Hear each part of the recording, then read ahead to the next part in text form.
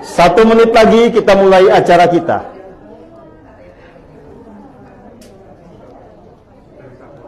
Tes 1 1 1 1 2 3. Di Facebook, di IG, apakah suara kedengaran? Cukup?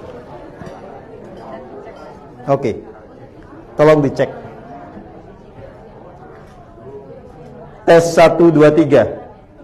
Yang di belakang apakah suara saya kedengaran? Jelas ya?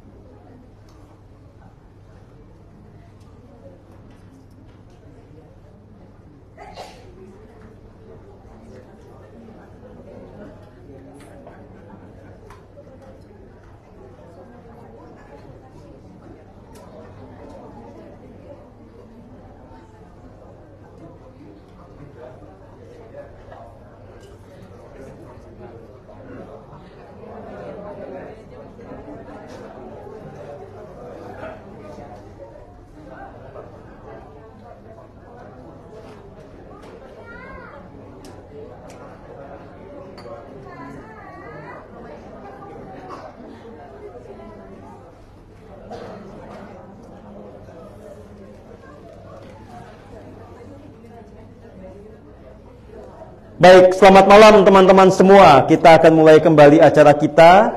Masih semangat?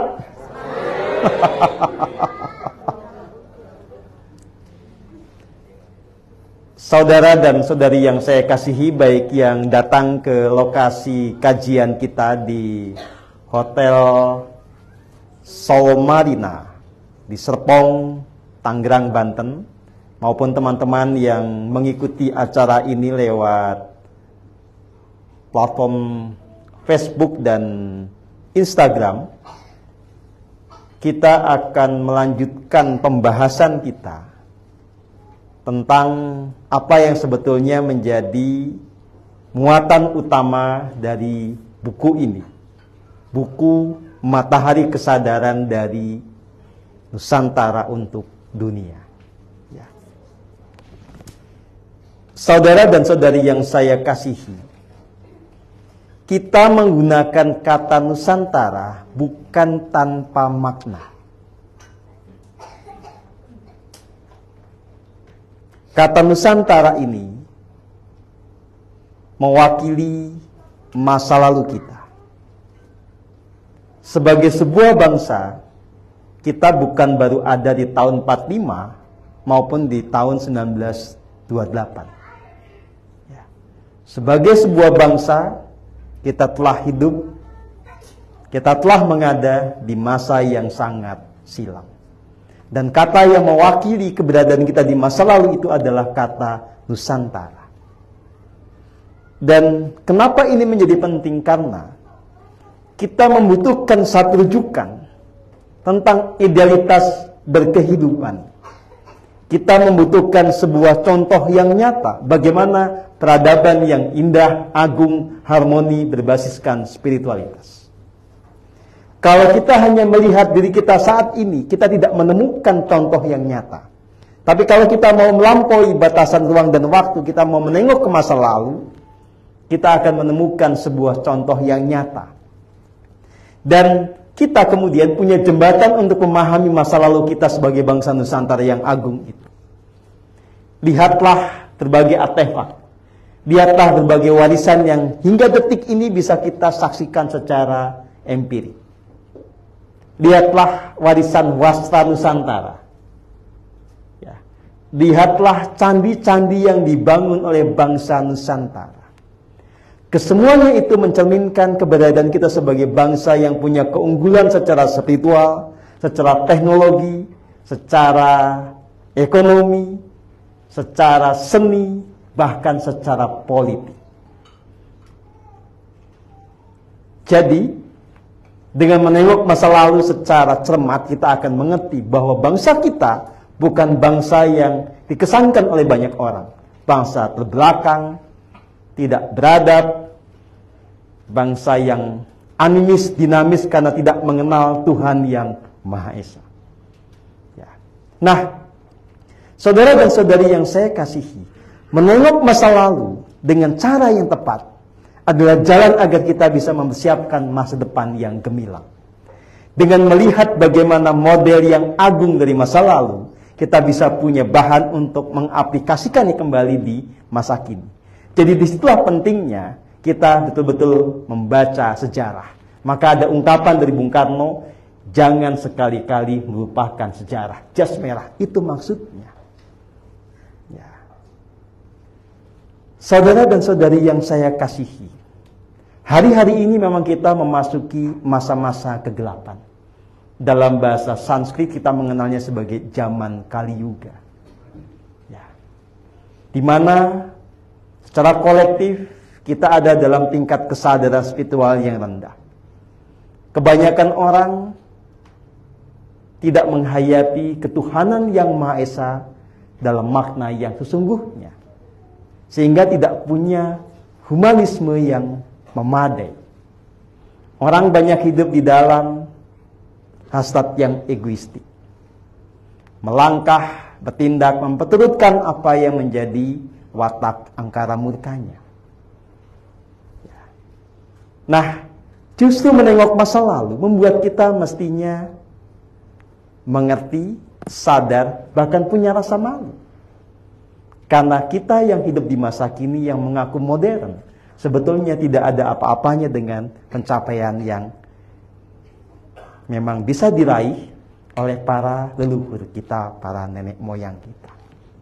Nah, ada satu missing link. Ya. Jadi di satu sisi, sebagian orang memang mengungkapkan tentang kejayaan masa silam, tentang Majapahit, Sriwijaya, Kahuripan, dan seterusnya. Tetapi mereka lupa melihat bagaimana corak spiritualitas yang berkembang di sana. Maka tadi saya senang ketika Profesor Yudi Haryono mengakui bahwa dalam Nusantara Studies yang beliau kembangkan, itu tidak membahas dengan serius tentang spiritualitas. Karena beliau memang tidak menemukan bahan yang memadai. Karena kebanyakan tulisan-tulisan itu melihat masa lalu dan melihat selama rentang dari kejatuhan Majapahit ke sini, itu yang ada adalah fase-fase kegelapan. Yang ditemukan adalah model spiritualitas yang tanda kutip ya tadi ala perdukunan. Yang membuat kita tidak punya etos kemajuan. Yang membuat kita gampang dijajah. Karena kita punya keyakinan yang ilusif.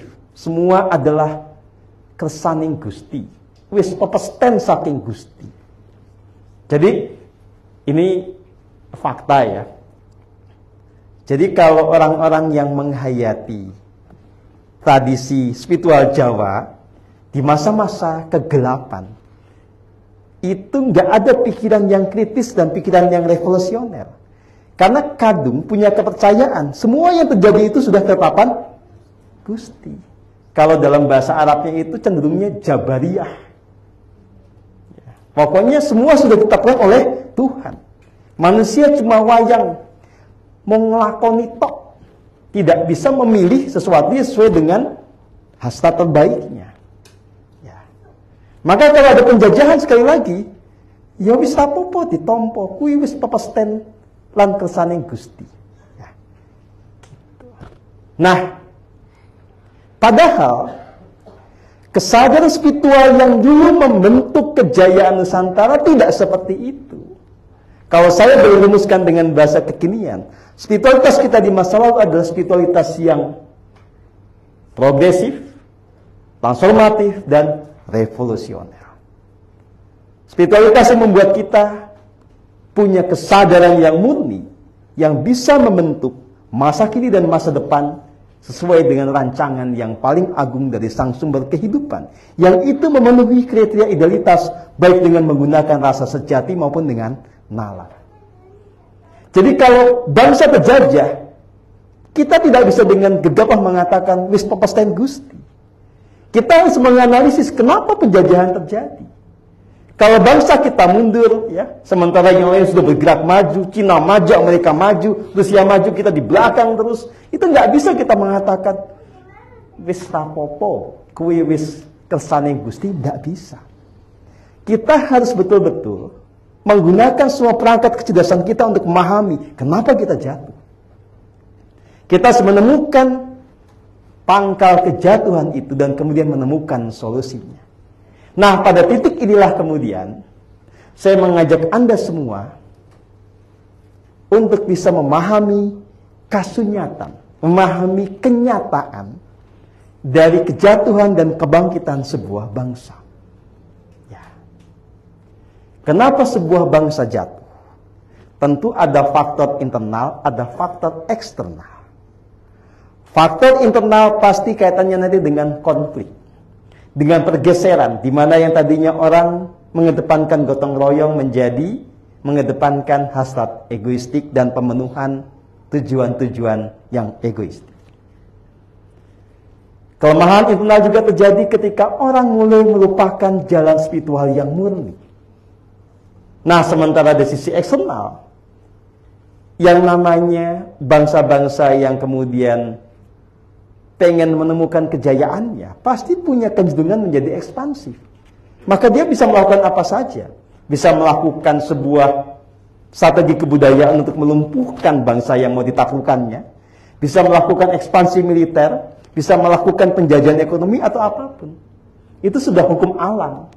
Ya. Nah, Kalau kita dalam kondisi kuat, kita tidak mungkin menjadi bangsa yang terjajah. Kita menjadi bangsa yang terjajah karena kita lupa akan kekuatan kita sendiri. Karena kita tidak berbudaya sesuai dengan jati diri, dan seterusnya. Nah, saudara dan saudari yang saya kasihi, satu kata pamungkas ya. Mengenai isu ini bukan mengenai ceramah kita.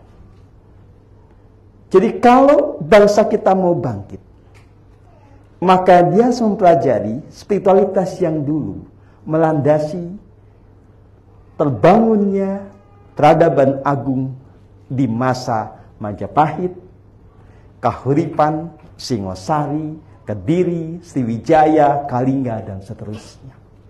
Dan saya bisa pastikan, spiritualitas di masa-masa itu berbeda sama sekali dengan apa yang kita kenali dengan tradisi kejawen saat ini. Atau tradisi spiritual Jawa dengan label apapun yang banyak berkembang saat ini. Ya, begini, kalau kita mau cermati, cara orang belajar spiritualitas itu ada 3 pendekatan. Satu, pendekatan intelektual. Inilah yang tadi disebutkan oleh Profesor Didi sebagai West Spirituality, spiritualitas Barat, yang menempatkan spiritualitas sebagai objek kajian secara empirik. Jadi si pengkaji itu tidak sepenuhnya dia menempatkan dirinya sebagai praktisi, tapi sebagai pengamat. Spiritualitas dipahami secara intelektual, secara rasional. Di situ tidak dikenali namanya rasa sejati. Yang ada adalah penggunaan kekuatan analisis, kekuatan observasi, dan seterusnya untuk kemudian menemukan rumusan-rumusan tentang spiritualitas tapi secara intelektual, secara rasional. Ya.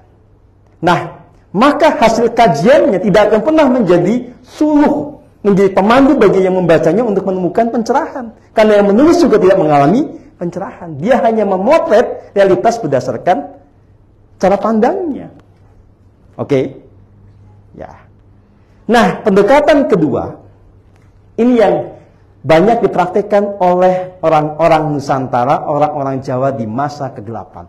Pendekatan supranatural. Ya. Jadi orang belajar spiritual, orientasinya adalah supaya punya kekuatan supranatural. Dan dengan kekuatan supranatural itu dia bisa memenuhi tujuan-tujuan egoistiknya. Iso nerawang, iso ngeracut, iso sugih, ya, dan seterusnya. Sama sekali tidak membahas tentang apa yang menjadi esensi dari spiritualitas sendiri, yaitu menjadi jiwa yang murni, menjadi jiwa yang sempurna. Maka kata-kata yang agung dari masa lalu kemudian menjadi bias karena dipahami dengan perspektif yang salah. Nah, pendekatan ketiga yang mestinya kita pakai, dan ini dipakai Sudah Matahari, adalah mendekati spiritualitas dengan spiritualitas itu sendiri. Maka kita mengusung apa yang kita sebut sebagai ajaran spiritualitas murni. Kita menekuni spiritualitas tidak hanya secara teoritik, tapi secara praktis. Kita menghayati spiritualitas untuk melebur segala ilusi. Untuk melihat dunia ini dengan kejernihan. Untuk menangkap bagaimana hukum-hukum alam bekerja di dunia ini. Dan lebih jauh dari itu, untuk membuat kita jiwanya menjadi murni, jiwanya bertransformasi menjadi sempurna. Kita kemudian menemukan apa yang kita sebut sebagai kebahagiaan sejati dan hidup surgawi. Nah, kalau kita merujuk ke masa lalu, kan sudah jelas ya. Kita ini adalah bangsa yang gemah lipah loh jinawi tata tantem ketara harja. Itu kalau diringkas, kalimatnya menjadi apa? Hidup surgawi. Dan tidak mungkin terjadi kalau kita goblok. Tidak mungkin terjadi kalau jiwanya keruh. Tidak mungkin terjadi kalau kita masih penuh dengan sisi gelap. Jadi negara-negara yang maju secara spiritual, ekonomi, teknologi, ya, yang di masa lalu itu ada pada kita, itu hanya mungkin mencapainya ketika pemimpinnya, anak buahnya menjalankan laku spiritual yang membawa kepada kemurnian jiwa. Yang membuat orang bisa melampaui egoismenya. Membuat orang bisa kemudian membereskan segala keangkaran murkaan di dalam dirinya. Membuat orang tidak hanyut dengan luka batinnya dan merasa seolah-olah dia adalah orang paling malang sedunia. sepanjang waktu. Ya. Spiritualitas yang murni itu membuat orang menemukan kebahagiaan, keberdayaan, keberdikarian, kemajuan. Dan ini yang sudah dicontohkan di persaudaraan matahari. Ya. Jadi, saya memberi contoh nyata. Belajar spiritual itu harus termanifestasikan mulai dari tubuh fisik kita. Kalau dengan belajar spiritual kita malah wajahnya makin ruwet, emosinya makin tidak terkendali, nasibnya makin belangsat, itu salah. Tapi kalau belajar spiritual membuat Anda makin segar, Anda makin sehat, makin bahagia. Walaupun kemudian pada sebagian orang pasti ada dinamika, karena ada yang disebut sebagai mekanisme reset, ya. Itu berarti Anda sudah ada di jalan yang benar. Makin gendut itu bagian dari kemajuan. Maju berat badannya. Ya.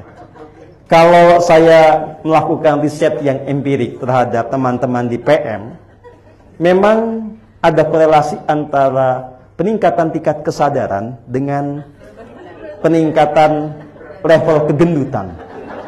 Sekalipun kemudian kita bisa punya bahasa yang membuat kita lebih tidak sedih ya.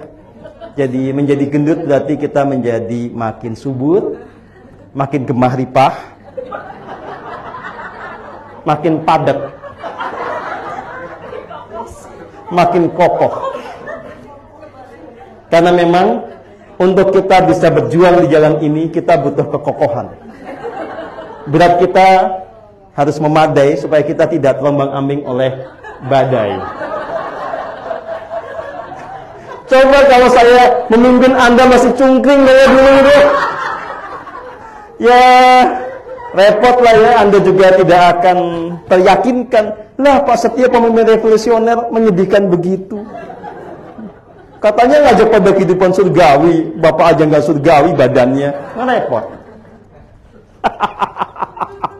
Ya, jadi teman-teman yang mengalami proses kegendutan gitu ya, nggak usah khawatir, santai saja.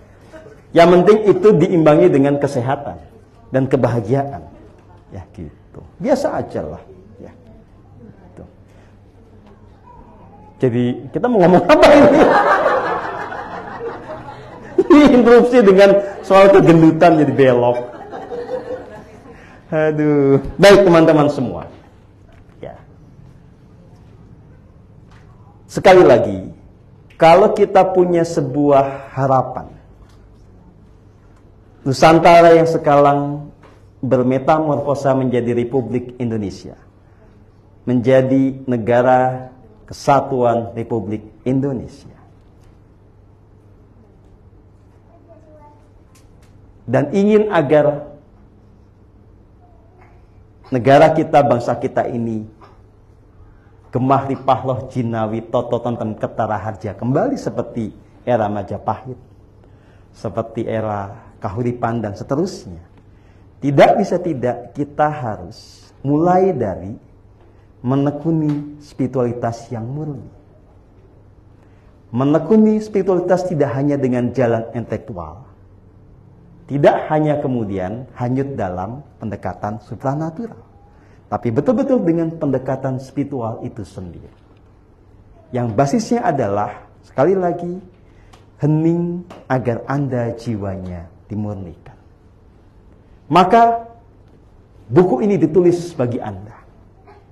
Ya, yang ingin mengetahui ajaran spiritual sesungguhnya dari tanah Nusantara yang menjadi basis keagungan Majapahit, Kahuripan, dan seterusnya. Di sini dibabarkan dengan sangat jelas tentang filosofi Neng Ning Nung Nang. Ya. Ini filosofi yang sangat tepat mengenai jalan keheningan yang membawa kepada kemenangan. Jadi kalau Anda mau menang, mau jaya sebagai pribadi maupun sebagai sebuah bangsa, maka mulailah dengan mempraktekkan yang namanya heneng dan meneng. Ini bolak-balik saya ingatkan supaya Anda nempel dan kemudian ngerti. Ya. Heneng itu adalah latihan sembah rogo. Ya. Latihan membuat badan kita ini bisa dalam kondisi rileks. Kita nyaman dengan kondisi tubuh kita sendiri. Ya. Kita betul-betul menghayati setiap gerakan dari tubuh kita. Nah, menang itu bicara tentang sembah cipto. Tentang bagaimana kita mengelola pikiran. Tentang bagaimana kita membuat pikiran ini bisa menang, nggak oyak-ayik, nggak melayang ke masa lalu, nggak melayang ke masa depan. Orang yang tidak bisa mengelola pikirannya, nanti akan banyak hanyut di kenangan masa lalu. Tiba-tiba nangis nggak jelas, sedih nggak jelas, nggak lucu. Mau berjuang mau kayak begitu apaan? Ya. Kalau kita nggak pandai mengelola pikiran, pikirannya bisa ngeluyur ke masa depan, membuat kita takut, khawatir, yang sebetulnya tidak punya alasan karena belum pernah terjadi. Menang membuat kita itu nanti bisa hening. Betul-betul sadar penuh atas momen kekinian. Sadar penuh atas nafas kita, atas kasih murni, atas keberadaan diri sejati. Atas keterhubungan yang tidak pernah terputus dengan diri sejati. Yang itu nanti dampaknya apa? Dari hening menjadi wening. Ya. Gitu. Jadi kalau teman-teman nanti melihat wening yang ini tidak bisa hening, protes. Kamu namanya aja wening tapi nggak wening-wening. Ya. Nah, orang yang sudah heneng, kemudian hening, wening, itu nanti bisa dunung. Dia ada dalam kesadaran jumbuh kawula Gusti. Dia yang sudah mengerti tentang Dewa Ruci yang bertahta di relung hatinya, bisa hidup dalam kesadaran menyatu dengannya, maka segenap pikiran, kata-kata, dan tindakannya akan dilandaskan pada tuntunan dari Sang Dewa Ruci. Kesetiaan penuh dalam menjalankan itu membuat Anda dunung, mantap, ajak di dalam kebenaran yang sejati. Hanya orang seperti itu yang kemudian bisa mengalami kemenangan yang agung. Bisa membangun Sriwijaya. Sri itu agung, Wijaya itu kemenangan. Ya. Kalau buat teman-teman yang suka numerologi, simbolnya songo songo song ping telu. Pak Tono yang senang numerologi, simbol Sriwijaya itu 999. Simbol kejayaan, kemenangan yang agung. Sekali lagi, itu hanya bisa kalau Anda dunung dalam kesadaran yang murni. Dunung di dalam kesatuan yang agung. Dunung di dalam kesadaran jumbuh kawula Gusti. Kalau orang hanya pintar secara akademik, kalau orang hanya sakti secara supranatural, tanpa kemudian jiwa, sebetulnya nanti dia akan lebih banyak destruksinya ketimbang konstruksinya. Karena apa? Kepintaran itu akan tunduk kepada egonya. Kesaktian itu juga akan dipergunakan untuk memenuhi hasrat egoistiknya. Ya. Yang bisa menyelamatkan kita sekali lagi adalah kemurnian hati. Yang bisa menyelamatkan kita adalah kebeningan jiwa kita. Dasar dari kemenangan yang agung sekali lagi adalah kemurnian hati, kebeningan jiwa. Yang nanti manifestasinya adalah apa yang disabdakan oleh Zarathustra. Berpikir benar, berkata benar, bertindak benar. Hanya mengikuti tuntunan Gusti. Nama saya Setio Hajat Dewantoro, itu maknanya. Saya hanya setia kepada apa yang menjadi titah Gusti. Saya tidak akan setia kepada harapan Anda. Tidak penting Anda punya harapan apa. Ya. Saya akan memenuhi harapan Anda kalau harapan itu sesuai dengan titah Gusti. Anda boleh pergi ketika harapan Anda tidak penuhi. Ketika saya hanya setia kepada Gusti.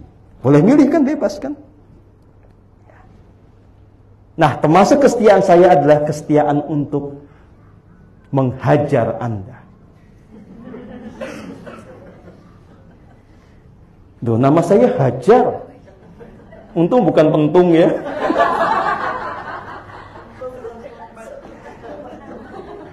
Ya, sebetulnya hajar ini dari kata ajar, artinya mengajar, mendidik. Tapi supaya mendidik ini efektif, kadang-kadang yang dididik harus dihajar. Karena apa? Dablek. Supaya Anda bisa kemudian termunihkan jiwanya, ego Anda harus saya hajar. Supaya Anda, seluruh egonya kemudian mau mulai mendengarkan suara jiwa yang paling dalam, mulai bisa mendengarkan suara Gusti, dan mau setia kepada itu. Nah, di titik ini saya perlu bicara lugas. Anda nggak usahlah ngomong tentang perjuangan bangsa dan macam-macam. Kalau Anda masalah ini aja nggak tuntas,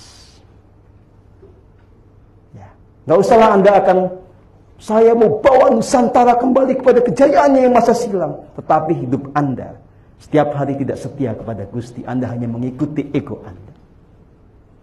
Kalau Anda masih penuh luka batin, kalau Anda masih penuh watak angkara, kalau Anda masih penuh dengan ilusi dan macam-macam. Ya. Majapahit bisa jaya itu karena ada Ratu Tibuana Tunggadewi yang dia memang tercerahkan secara spiritual. Kalau pakai emosi itu nggak kayak pemimpin kita di masa kini.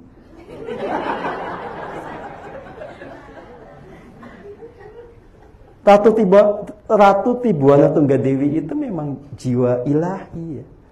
Dia menjadi manusia yang berkesadaran murni. Jadi kalau pakai pengukuran LOC itu pokoknya di atas 900. Sementara politis zaman sekarang itu rata-rata siji, angel.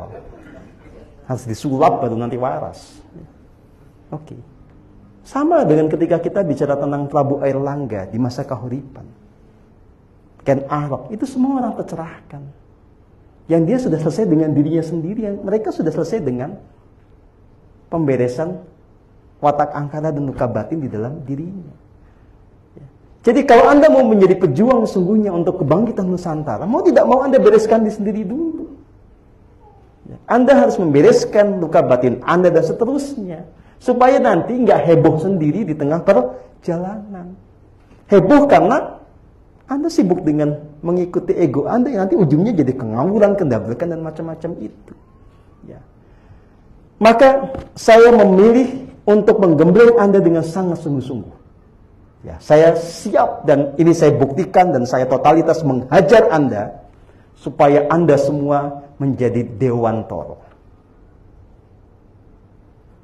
Ya, bukan cuma saya menjadi Dewantoro, tapi Anda semua menjadi Dewantoro. Tahu nggak artinya Dewantoro itu apa?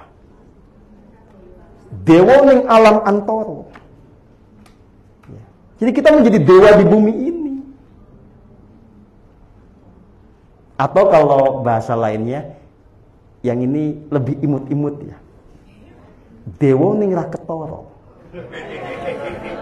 Dewa tapi nggak kelihatan, tetap gaul. Gitu. Padahal dewa yang ngejuantah. Tapi kalau salaman enggak. Oh gini. Kacau. Udah yang gini nih saya pastikan bukan dewa di bumi ya. Yang gini, boleh gini, itu udah itu dakos. Loh ya, itu dakos yang ngejuantah. Gitu. Karena itu sudah mendegradasikan kemanusiaan. Ya. Saya masih mau dicium tangannya karena itu masih pola yang wajar antara guru murid, anak dengan orang tua. Ya. Tapi kan saya juga nggak begini kan. Ya wajar gitu loh ya. Gitu. Dan saya tidak akan singgung kalau Anda salamannya gini doang, ya masalah, santai aja. Ya. Nah yang minta dipeluk ya tergantung momen lah. Kadang saya mau, kadang tidak kan.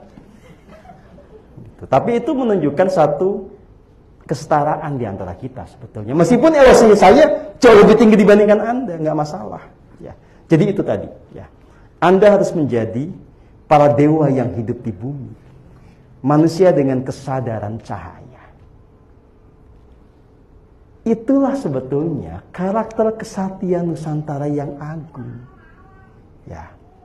Maka tolong buat teman-teman yang memang terpanggil untuk berjuang bersama saya, bereskan sigel Anda itu. Luluhkan ego Anda. Jangan lagi melangkah dengan ketidaktulusan, dengan motif-motif tersembunyi.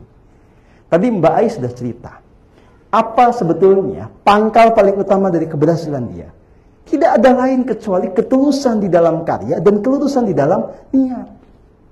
Maka Anda belajar itu. Yang lain-lain nomor sekian. Soal bodoh apa, itu gampang. Itu saraf Anda bisa disebul. Nah, Mas Komeng aja nggak sekolah jadi pintar kayak gitu kok. Coba ya, yang udah S2 segala macam nulis kayak Mas Komeng di sini kalau bisa. Ayo, ditantang sama saya lah. Ya. Karena kalau soal kemudian menjadi cerdas, itu efek yang tidak terlalu sulit. Selama Anda bisa punya ketulusan tadi. Ya. Oke. Gitu. Nah, saya ngasih contoh yang faktual saja lah ya. Kalau Anda yang kenal Mbak Ai 5 tahun lalu, pasti akan kaget melihat perkembangannya sekarang. Zaman dulu, itu saking culunnya, itu dipanggil teman-teman ini siapa coba? Oneng. Serius itu. Gitu ya. Mbak Retno saksinya, ya. Anda pasti ingat ya, panggilan buat Mbak Ai zaman dulu apa? Oneng. Karena dianggap paling on dibandingkan teman-teman yang lain. Tetapi yang lain yang dianggap lebih pintar itu tidak punya ketulusan dan ketulusan niat seperti Mbak Ai Pieta. Itu yang membuat kemudian transformasinya bisa berubah. Nah, yang dianggap on sekarang menjadi sangat jenius di bidang spiritual. Maka coba Anda bacalah. Ya. Mau dibandingkan dengan anime Skimol kayak, mau dibandingkan dengan Osho kayak, buat saya lebih keren yang ini. Ya. Gitu. Loh ya kenapa? Karena kan ada parameternya. Ada tentang kemurnian jiwa, kefasihan, kejelasan dalam mengungkapkan sebuah gagasan spiritual dan seterusnya. Ya. Kita ini kan cuma nggak populer aja, bukan berarti nggak benar. Ya. Gitu. Oke? Nah, silahkan Anda pelajari dari contoh-contoh yang sudah berhasil. Di buku ini, saya sengaja meminta sekitar 30 orang, atau lebih ya, saya lupa pokoknya, untuk menuliskan pengalaman dia. Oh ya, 32. Saya harus katakan apa adanya. Dari para penulis ini, ada yang sudah, tanda kutip, berhasil di jalan spiritual, ada yang belum berhasil. Gak apa-apa. Mereka yang belum berhasil pun bisa memberi pelajaran. Kita bisa bertanya, kenapa nggak berhasil-berhasil? Ya. Nah, jangan ditiru. Anda harus menghindari apa yang menjadi penyebab ketidakberhasilan. Nah, yang sudah berhasil, Anda pertanyakan, kenapa bisa berhasil? Nah, pangkal keberhasilannya Anda ikuti, Anda contoh. Lebih realistis Anda mengikuti teman-teman yang sudah berhasil ini, ketimbang Anda langsung meloncat mengikuti saya. Terlalu absurd. Doanya Anda belum tentu siap dengan gaya saya kan, dengan kesetiaan saya yang itu tanpa negosiasi. Contoh soal saya kemarin berangkat ke Kupang gitu ya. Itu kalau orang biasa kan susah Pak. Saya jelas akan mengajar di webinar di malam hari. Sampai siang saya belum punya agenda ke Kupang, maka saya bikin janji sama orang. Di hari Senin. Menjelang sore tiba-tiba ada betul-betul panggilan yang nyata ke Kupang. Itu kalau saya sudah bisa pastikan ini confirm, memang perintah Tuhan tidak berubah, itu saya nggak akan negosiasi, nggak akan nawar-menawar. Gimana kalau 2 hari lagi aja?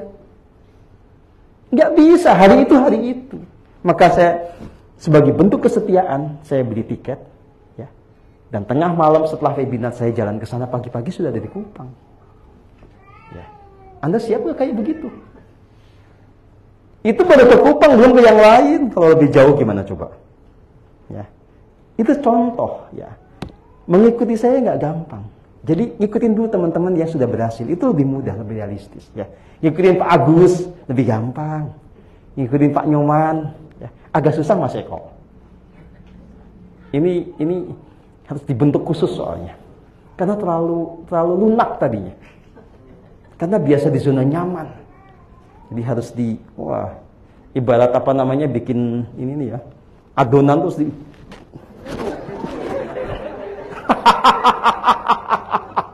supaya tangguh gitu loh ya. Karena gimana pun Mas Eko termasuk orang yang paling dekat dengan saya. Jadi harus punya keselarasan di dalam ketangguhan gitu. Oke? Jadi buat teman-teman yang cemen tidak ada tempat di perjuangan ini. Buat yang sibuk dengan luka batinnya, sibuk dengan drama-drama tidak bermutunya, nggak ada tempat di perjuangan ini. Ngeribetin. Tapi kan saya penuh luka batin. Nggak usah cewek, udah. No ya iya, nggak usah dibuat jadi dramatis. Semua juga tadinya punya, beresin, bukan untuk diomongin. Bukan untuk membuat Anda jadi objek perhatian. Kan, waduh saya kan banyak masalah. Aduh, tapuk sih sana.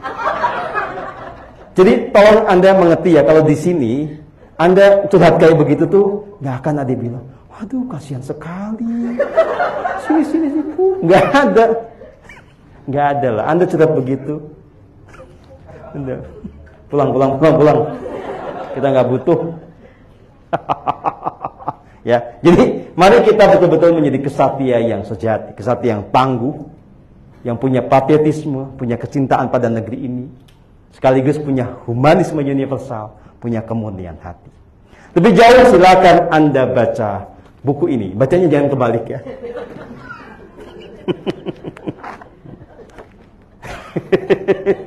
Terima kasih banyak. Sampai jumpa. Saya tahu Anda pasti kalau saya kasih kesempatan bertanya nggak akan bertanya, kan? Jadi udah nggak usah ada kesempatan bertanya. Lagian pengalaman di masa lalu yang banyak bertanya nggak ada yang bertahan. Segitu semua pertanyaan yang saya jawab tetap aja kabur. Itu buat apa saya jawab? Udah lah, makanya nggak usah banyak tanya lah. Udah dilakoni saja. Ya, kecuali kalau betul ada hal yang memang betul-betul mau ditanyakan, silakan tanya lewat WA atau nanti lewat webinar. Ya. Terima kasih banyak buat teman-teman semua. Sampai jumpa. Selamat berjuang. Selamat bersama-sama membangun Indonesia surgawi. Ya. Soal tanggal 14 kita milih siapa, nanti kita putuskan tanggal 13 malam. Terima kasih banyak. Selamat malam.